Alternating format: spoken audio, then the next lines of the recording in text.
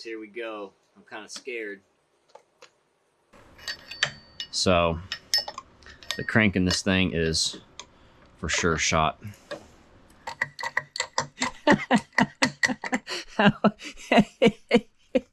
Look at this fine specimen.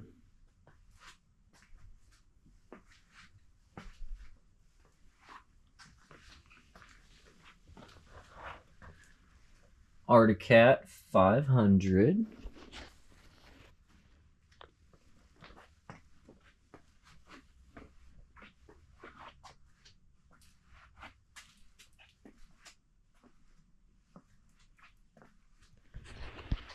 The main concern is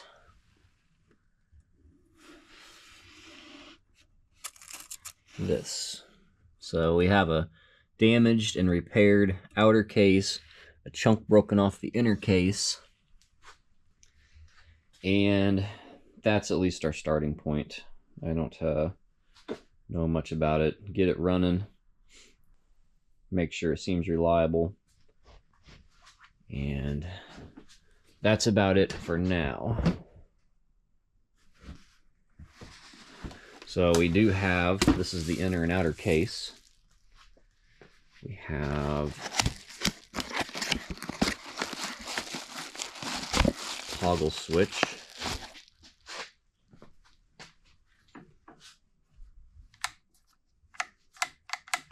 I don't know if it's just for that. Oh. Interesting.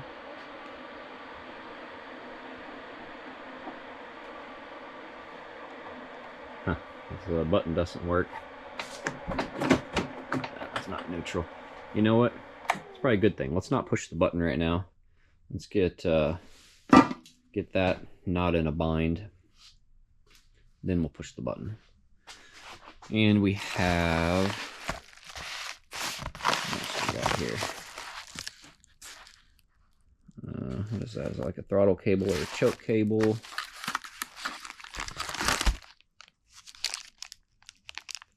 I think that's a fuel gauge. And I forget what's in here. I don't know what's in here. So this is the mystery box. You have to stick around to see what's in the mystery box, because I don't think it's going to be 1,000 cups. Of course, we'll probably need 1,000 cups full of a very strong drink by the time this thing's over. This thing has been sitting under a tree for a year.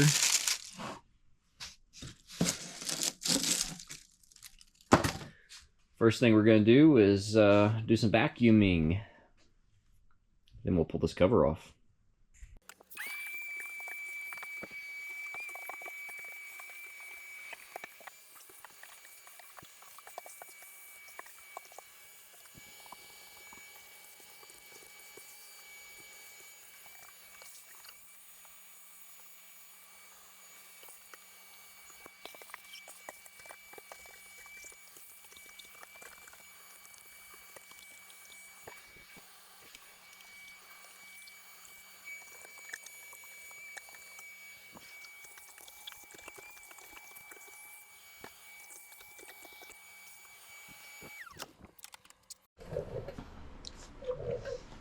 Okay, let's see what we got behind door number 1.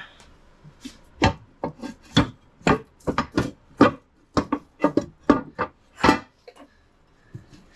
bet you I got to pull this floorboard off to even get the cover off. This is, man, is this a Polaris with an Articat sticker on it?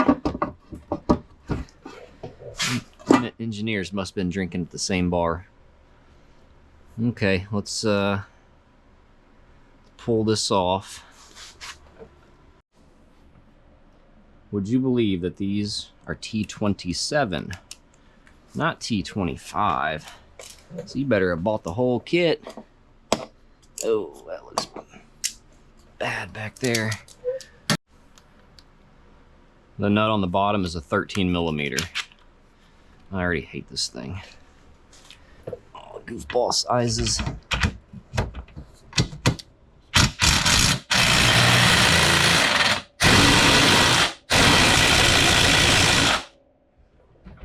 Wow, it just rang my ears.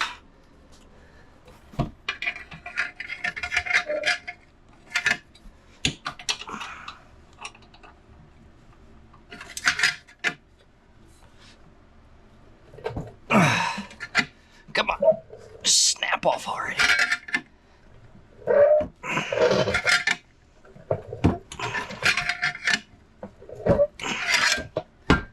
What the hell?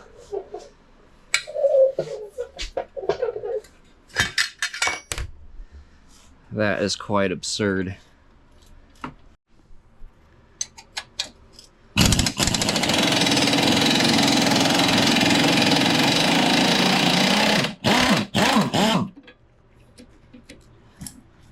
Goodness.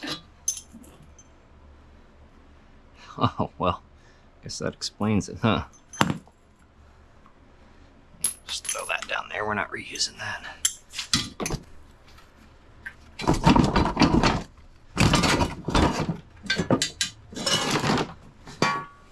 Okay. Oh, now, finally.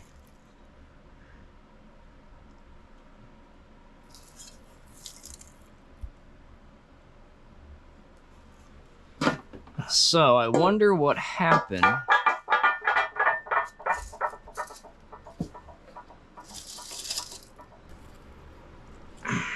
God, that looks horrible in there. That looks really, really bad.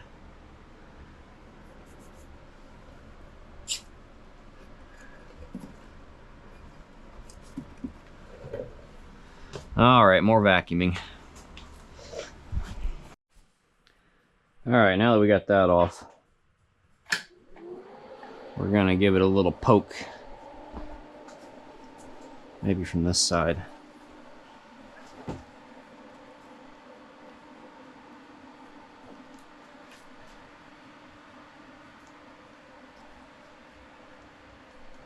Okay, so it doesn't work. And it looks like somebody's been stabbing that with a screwdriver.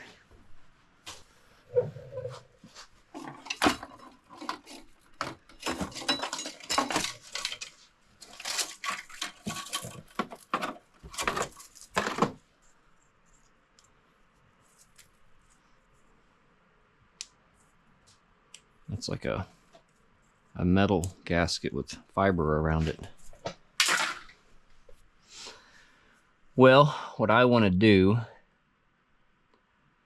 before I get too crazy is I want to make sure this thing runs. I imagine that carburetor is not going to allow it to run. Where's our solenoid at to jump this thing?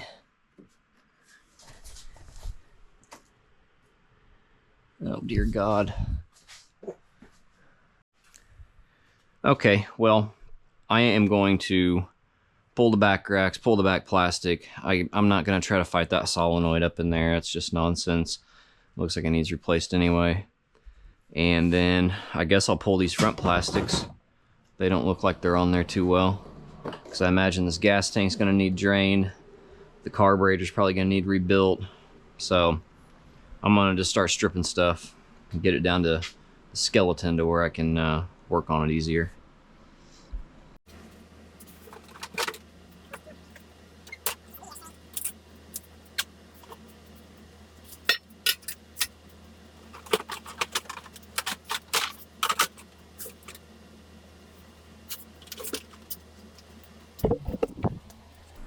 Let me show you a little something that happened taking this thing apart.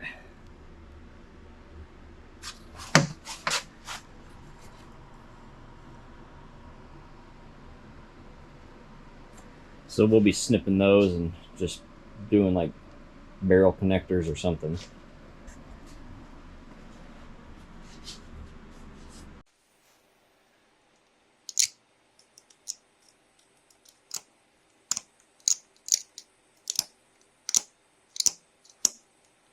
I'm wondering if that's so much corrosion that the rust is like pushed this fuse up,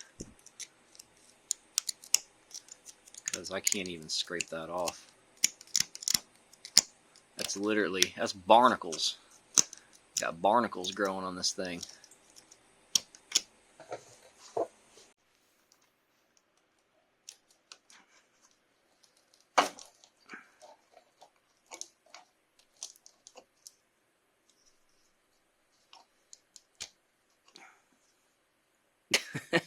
Well, I guess there's our answer.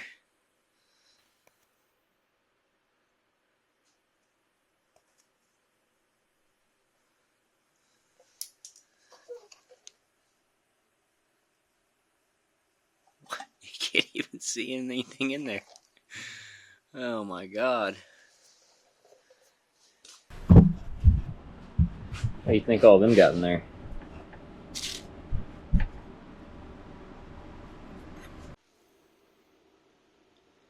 Well, I've definitely seen better.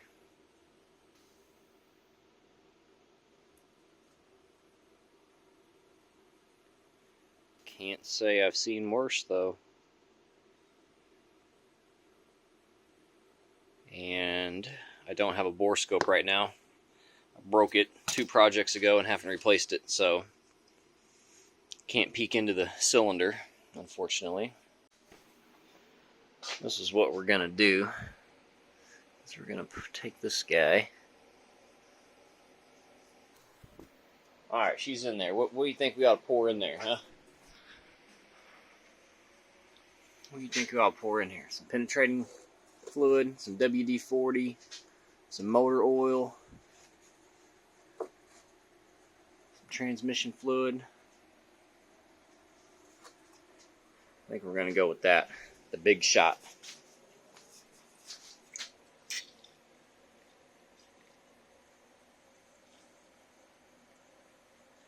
The big shot.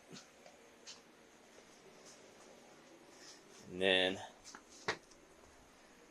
we're going to see what happens.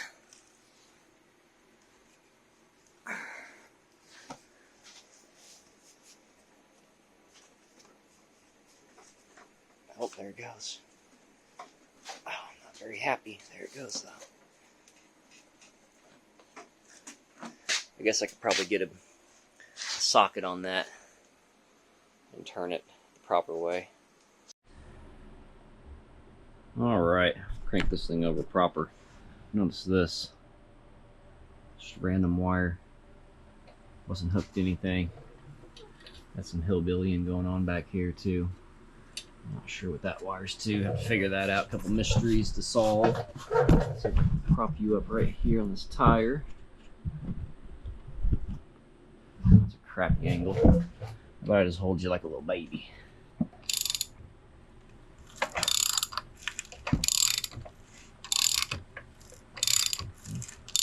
The engine's not locked up.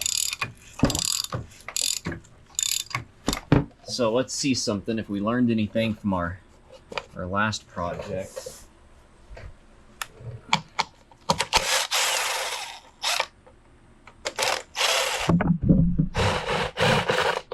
Of course, it's got a nut on the backside. Why wouldn't it have a nut on the backside?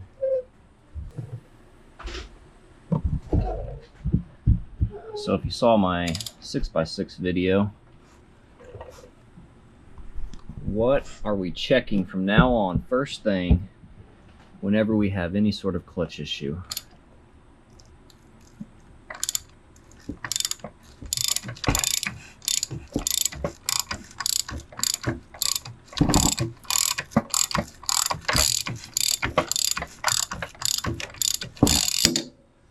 So that does not appear to have the same problem that 6x6 did. If you didn't see that video, basically it was a Polaris 250 two-stroke 6x6, and the clutch had hit the belt box at some point and kind of tore it up. Well, I mean, they warp, right, if you know anything about them. So we're thinking to swap that belt box out, wham, bam, done. Turns out the crank had 55 thousandths run out on one side and like 35 thousandths on the other side. So this is just swaying in the wind, basically. And I didn't notice that until I'd already did a bunch of work to it. So now that we're educated, now we're checking other things first. So that seems good. I think what I'm going to try to do is get some jumper cables on a battery and then force this thing to turn over a couple times faster than I can do it by hand. All right, you ready? I got one jumper cable on the terminal for the starter, and then the ground's still hooked up.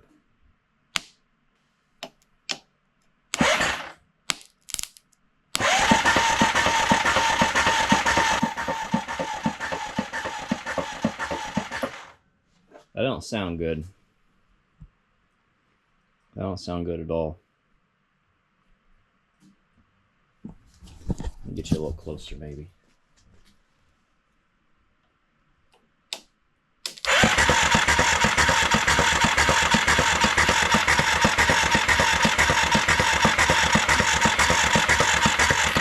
Oh, nice.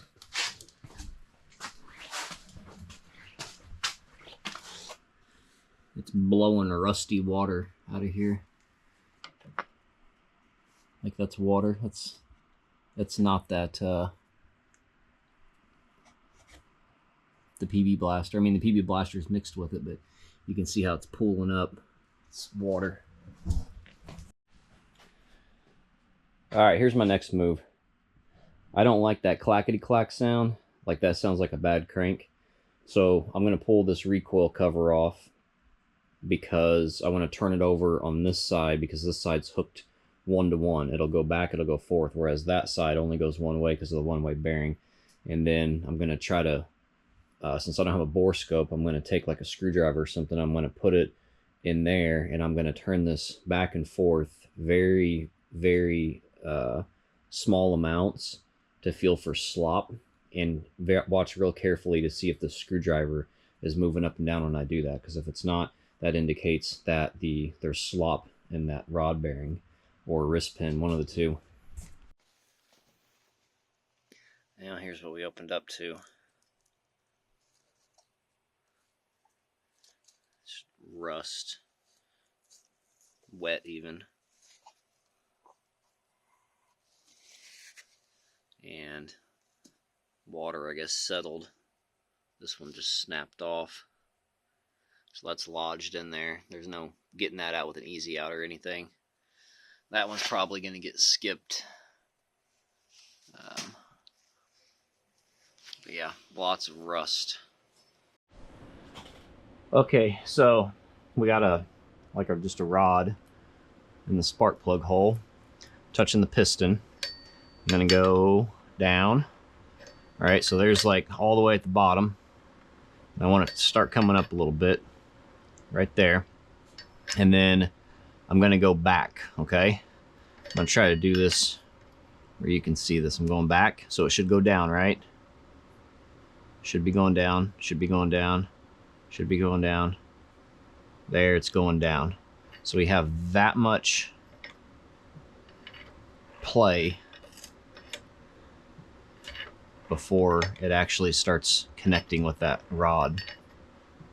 I don't know if I can maybe look down a little bit. So I'm just basically going back and forth until I feel it start moving in between my fingers a little bit. When it should start moving like that. Like I just flex this thing like this, and I should be feeling this on my fingers moving. And I don't. And another thing is whenever we get this all the way down, so get that all the way down like that, watch this, and then watch how much I turn this before it starts coming back up. Right there. All right, so if we go back the other way,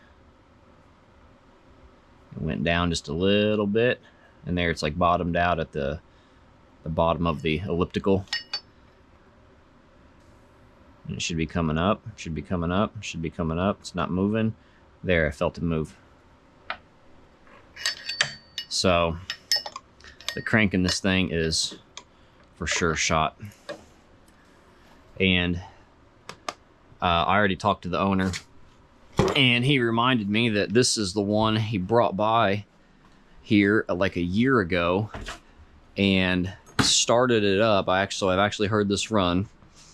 He started this up, and the clutch was all basically kind of the way it was. I think it was bolted on though, and we thought it's got to be, you know, a clutch with like a chunk missing and stuff.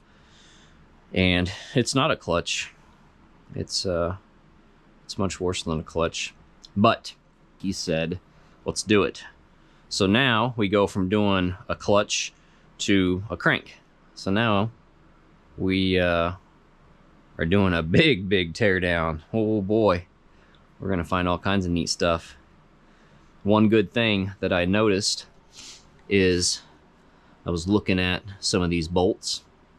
None of these bolts look rounded off or have any witness marks, which means that no one's ever tore this engine apart, which means that I don't have to look as hard for nonsense like this.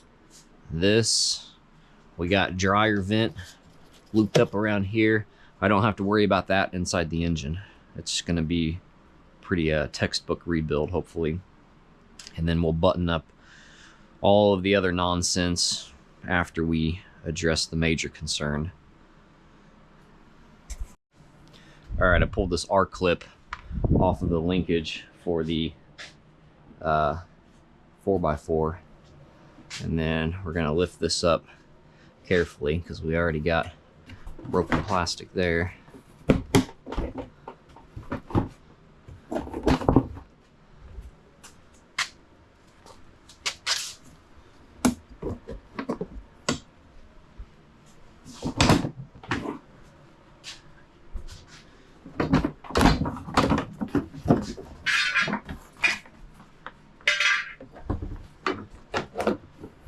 Go.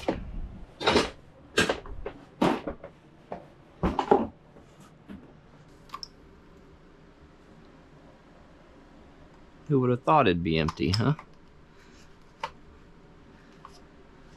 We'll drain that, we'll flush that. If we're doing all this, we're gonna drain the differentials. We're gonna flush that radiator out. This thing's getting the whole works now. I'm gonna go ahead and zip this off while I got air in the air compressor. And by the looks of it, it's one of those kind that they'll jump out at you. So get me a non-rolly chair. I'm gonna get my feet on this thing and push on it. Pull with my hand while I'm pushing.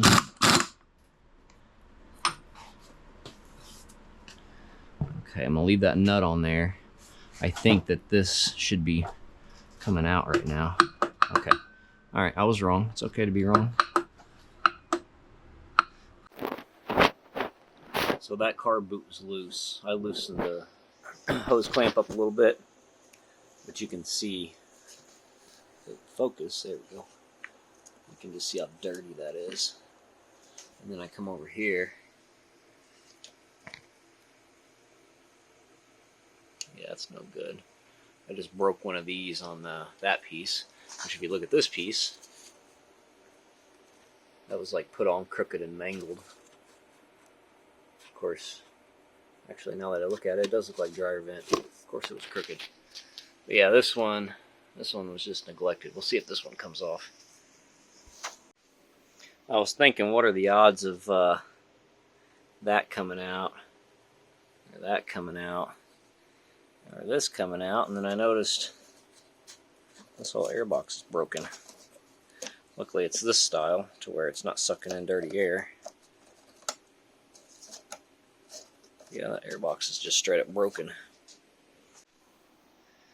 Getting this carburetor off here, and there's the choke. You can see that it's been twisted and stripped out, but there's a piece of it stuck in there.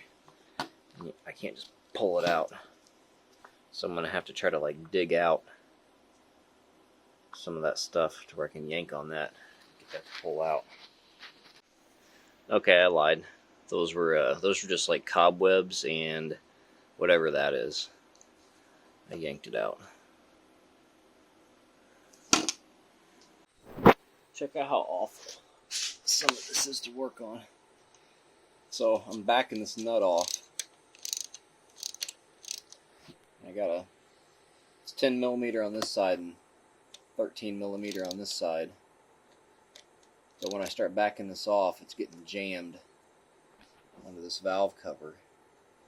And this bolt is jammed, so like I can't push it this way to get clearance. And I can't get a ratchet in there because it's literally awful. Awful design.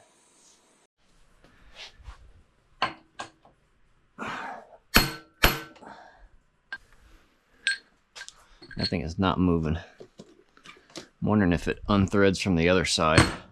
It's like a double thread.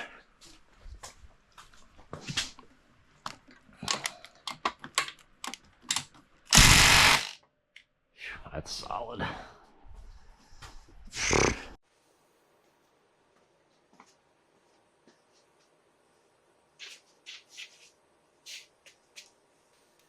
All right, boys, here we go. I'm kind of scared. I didn't mean to badmouth saying prayers earlier.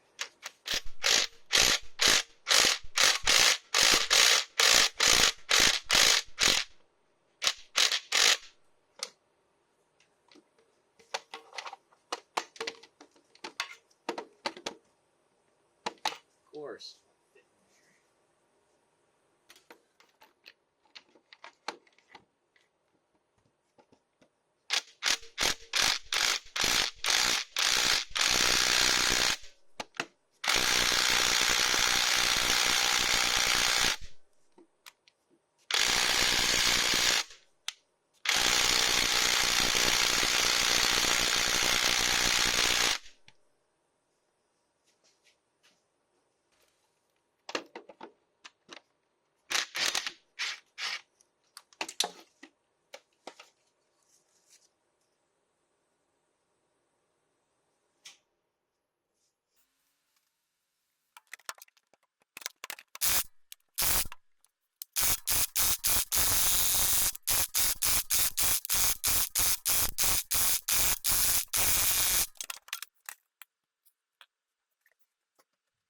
Save this oil.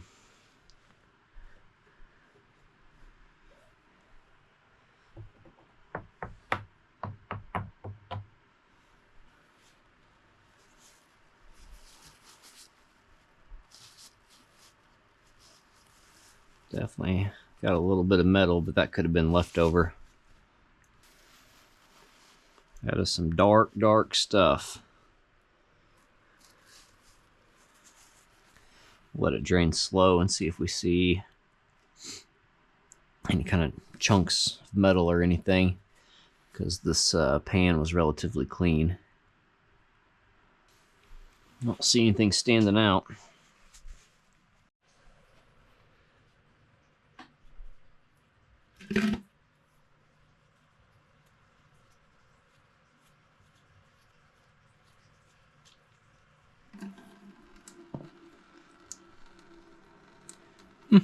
That looks new.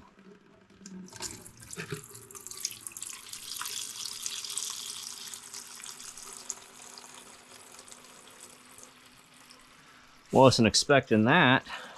Thought it'd be brown or black or nothing.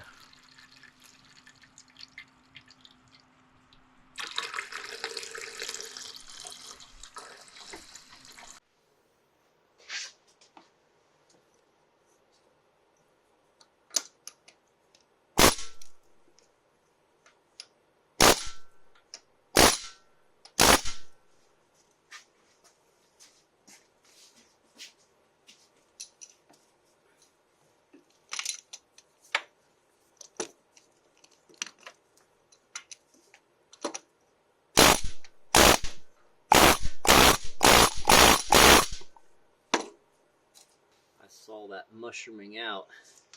They didn't use a flat top bolt.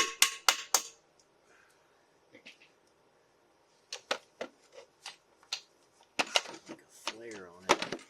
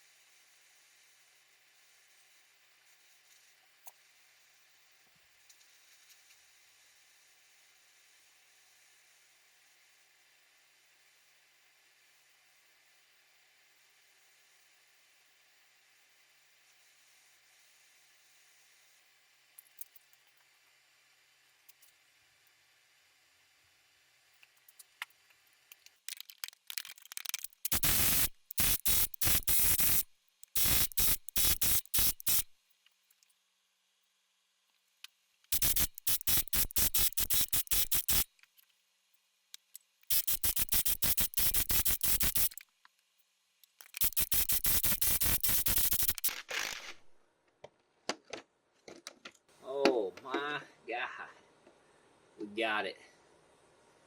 We got it. I had this other one in here just finger tight to when I was doing the air hammer in case this thing wanted to try to shift too far, but I didn't like the air hammer. The flange isn't very much bigger than the casting on the cylinder. Well, there's the new problem is that is just seized in there. All right, so we got the exhaust is froze. I've been beating on it with this, did a little bit of this, did a little bit of that. Heat, it's soaked all night, and it's just locked into the head to where it's not coming off. So I got permission to just lop this thing off. We're just gonna cut it off. We're gonna replace this because this is all ruined anyway. Basically what happened is that thick flange where it goes into the head has rusted and expanded is what's happened. So yeah, I mean, this is all rotten anyway. So I'm gonna chop it in the new direction before I get too carried away pulling this out, because one of the things I have to do to pull this out is disconnect this coupler right here to separate the drive shafts front and back. I tried one of those bolts and it was turning the back wheels, and I couldn't get it broke free, and I think that that's going to be a pretty big pain because I can't get impacts in there or anything.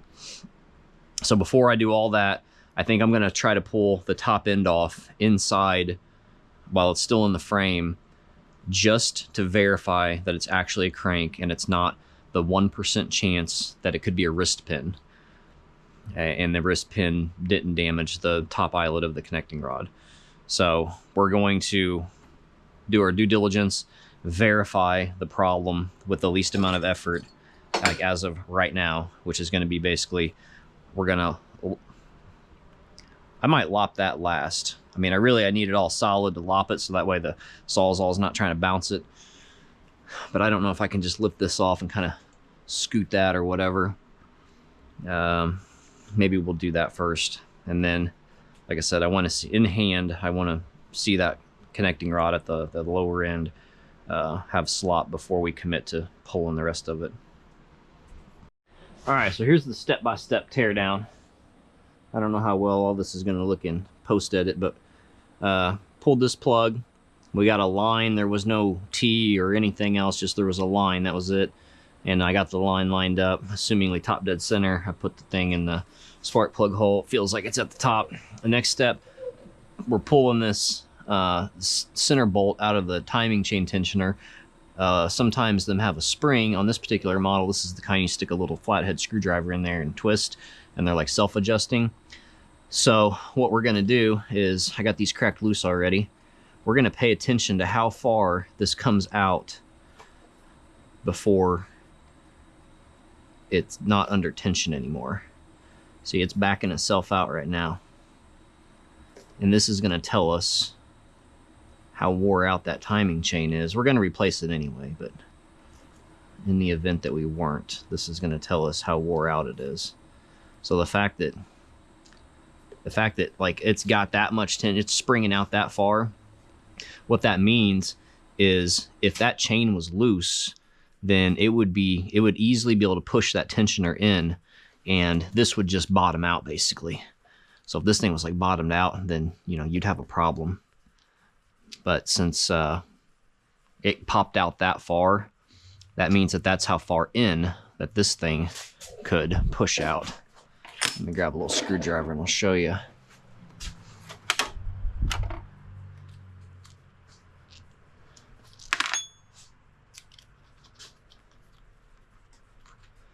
So here you go, you can see I'm like kind of winding it up, right? So that always is trying to push itself out, and that's how basically that's your measurement of how loose that chain and how much wear on the guides can account for. That flex is the slack that this takes up. So this is good. That timing chain's good. The guides are most likely good. So Next thing we're going to do, I'm going to go ahead and pop these valve covers off just to make sure that the valves felt like they had. Oh, that's interesting. One's got a nut, one's got a bolt.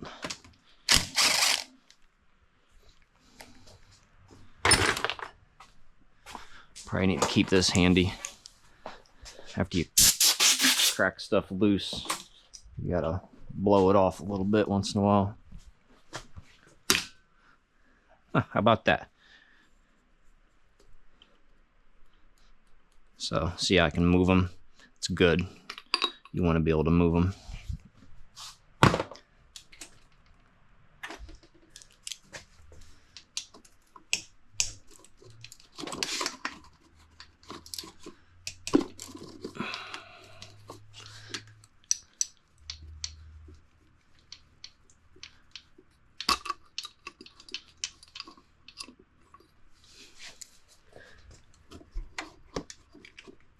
And I can move that one. Trust me, bro, I moved it.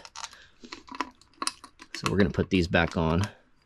So it's just one less thing to keep track of. All right, we got the valve cover bolts off. One interesting thing is you have to take the inspection cover off to get this bolt out. And this bolt sizzled at me and hissed and like blew bubbles, like it was like under pressure. And it looked like this water came out of it. So we need to inspect that kind of close because we have a water inlet right here, and we want to make sure that either should be like a pass-through hole or something hasn't eroded. Hopefully not eroded into, that'd be the head. That'd be bad.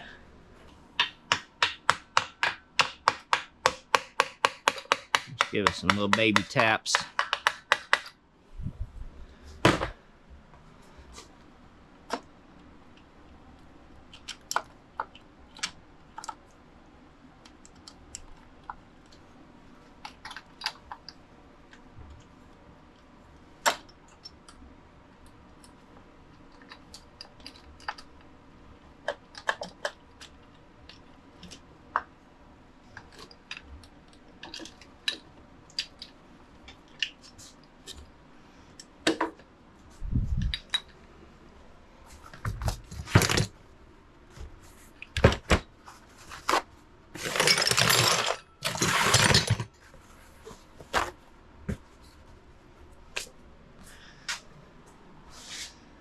So there's water.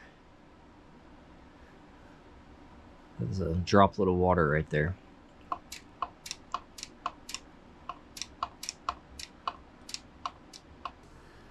This is saying I wasn't even on top dead center.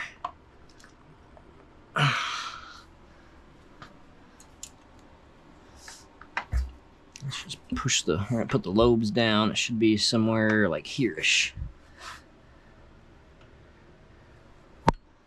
Huh.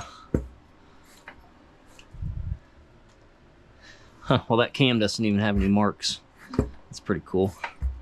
So in this instance, lobes down should be top dead center. So we're gonna need to, that's got, oh, it's got like this little plate right here folded over on the bolt, so we gotta push that back over and take those two bolts out. Pull, well, let me see. Let's try it from this side.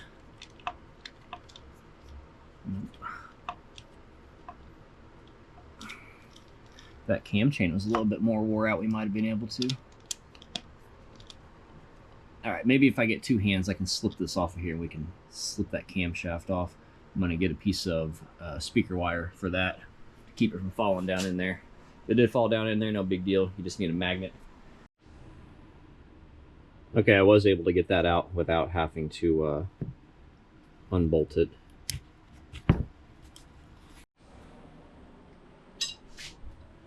All right, make sure you get these two little nuts off of here before you crack them head bolts loose. Otherwise, you know, them are meant to torque at 7 foot-pounds, 8 foot-pounds, whatever, and these are at 40.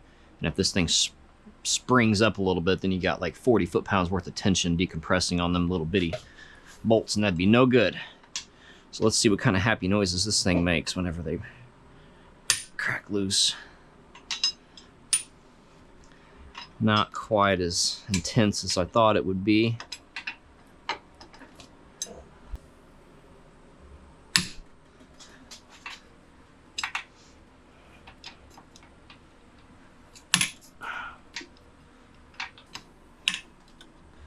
Well, this one didn't even feel tight. That means this one's going to be real bad.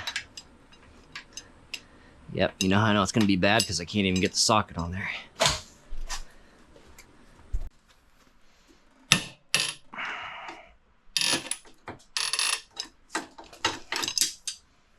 Goodness. All right, take that piece of advice that I just gave you and take that bolt out. And then these two little bolts right there. That way when you crack your head bolts loose, all that tension's not locked on those little baby bolts. All right, now that we did all that in the proper order, you can see it's already like lifting up on its own. Probably from that exhaust springboard in it.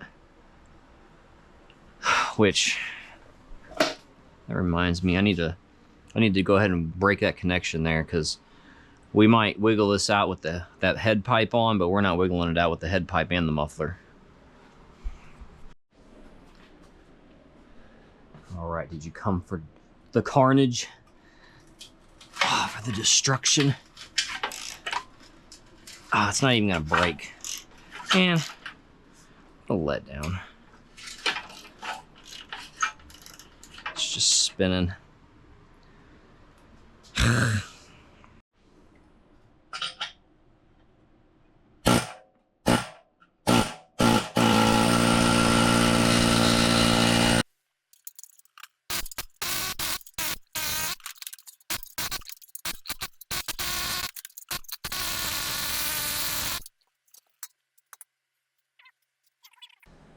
All right, let's see if this will want to come off now. Probably ought to get on this side so I can see what the exhaust is doing, because it's gonna get us in a bind, I imagine. Let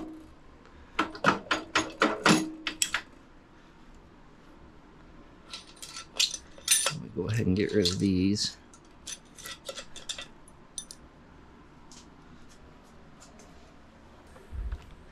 This isn't the proper way to do this, but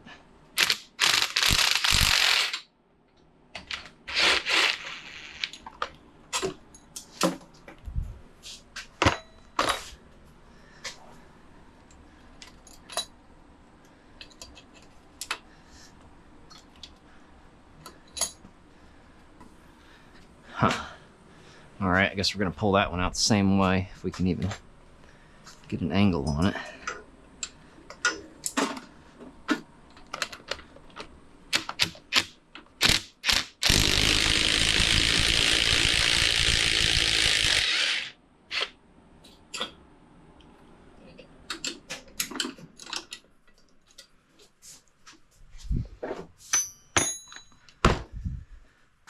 All right, now we should at least get stopped by the exhaust now, if not be able to get it out.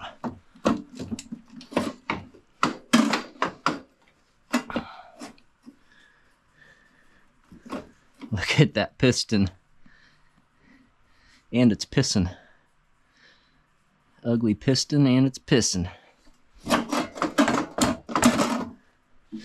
Can this guide come out? All right, that bolt is for the cam guide. Let's get the cam guide out. Go back a couple steps. You should have did that. Take this cam guide out first.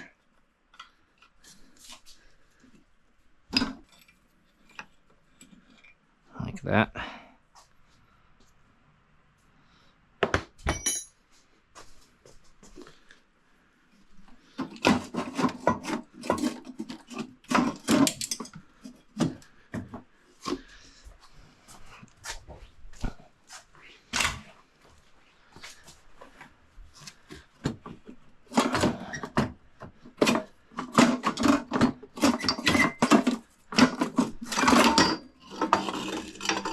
Oh, and who said it can't be done?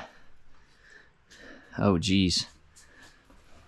I don't think you saw that. I got a little peek. I got a little peek of it.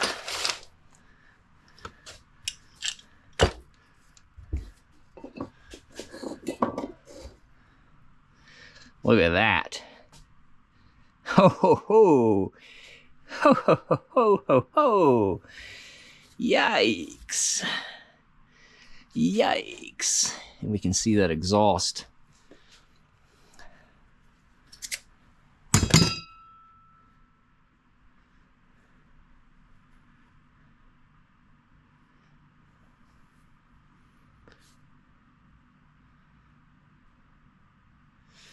Check that exhaust out, totally rusted in there. We'll be able to get that out though. I'm not concerned about that. We'll lop that out and work it with a chisel or something. That's not really a problem. Okay, now here's the moment we've all been waiting for.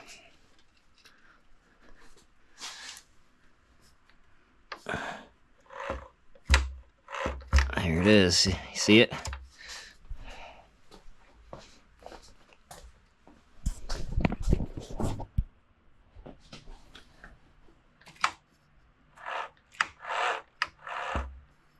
That's how long it takes. I don't know if you can see both. It doesn't move the piston. Okay, so I think we can just pop that with a rubber mallet. Oh, no, not yet. All right, be back. Can't forget these two little nuts right here. Now we can pop it with a rubber mallet.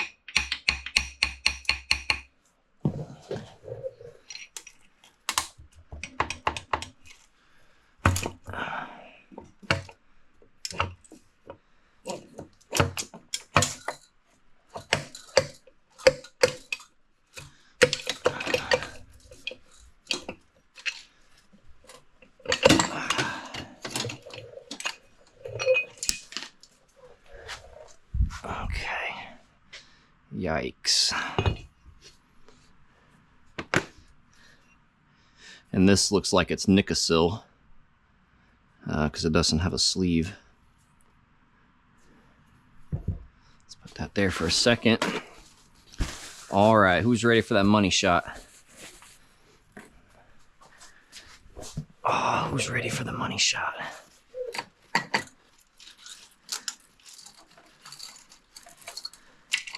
Man, that thing looks, oh my God. I don't know if you just saw that, but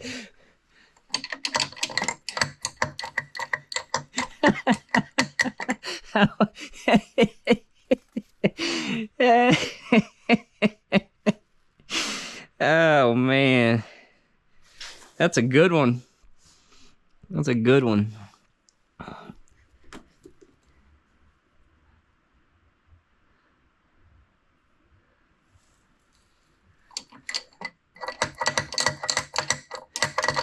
Chugga chugga chugga chugga chugga chugga chugga chugga choo choo.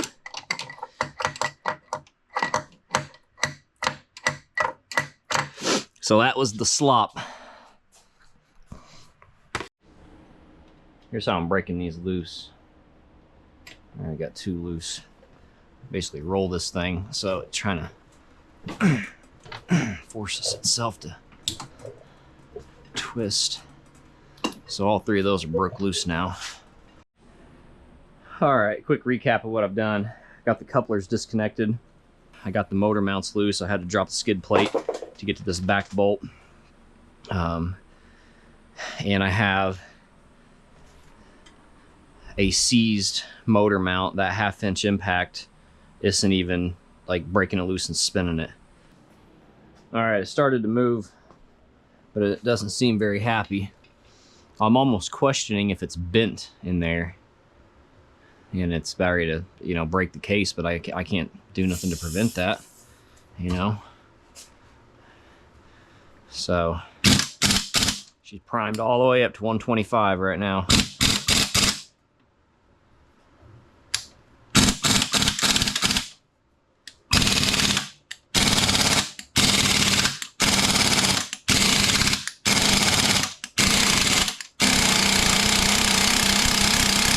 we go. Let's see if we can walk it out.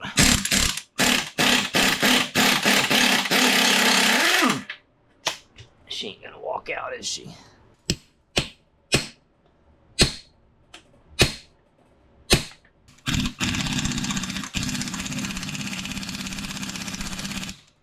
She ain't happy about that. Not happy one bit.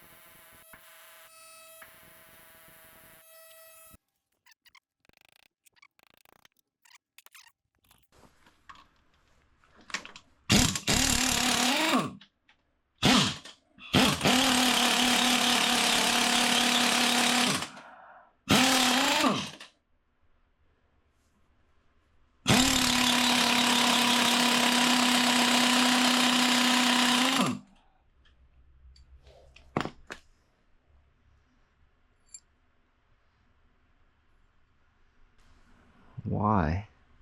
Why was that so hard?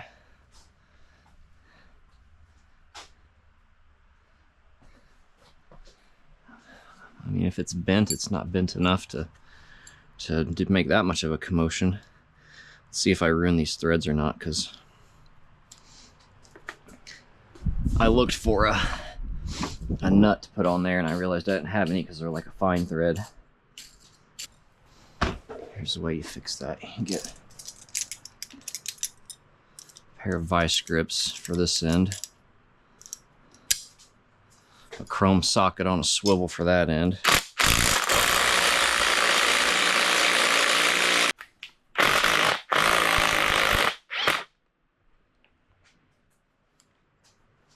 There we go.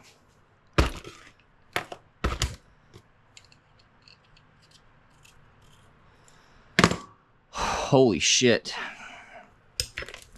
That was pretty serious. I'm pretty sure that took me an hour.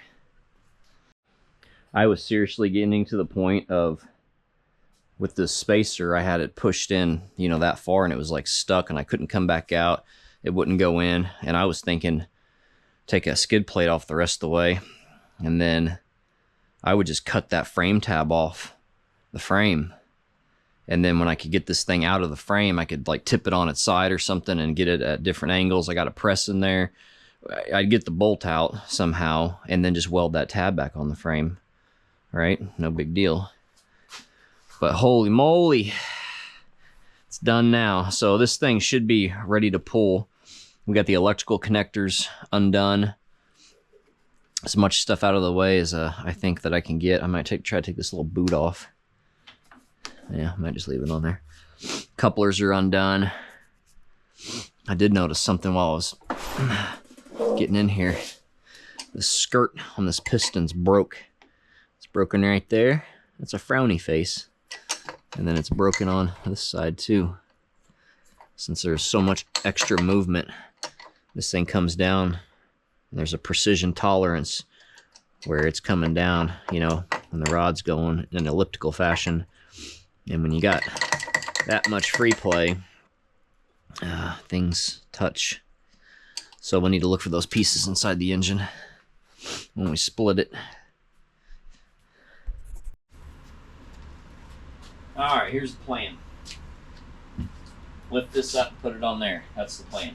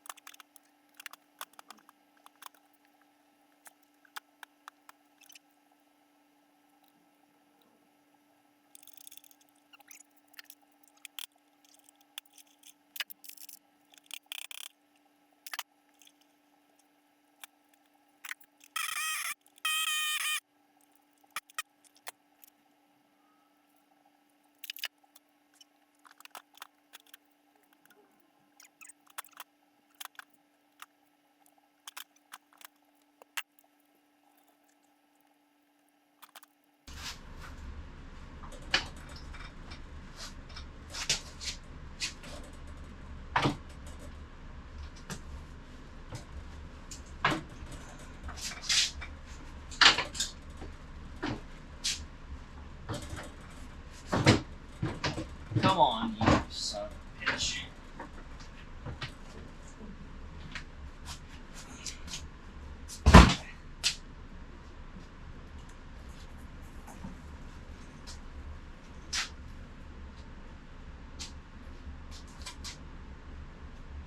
Wow. That was stupid. That's gonna suck putting that in when it's got the cylinder and the head on it.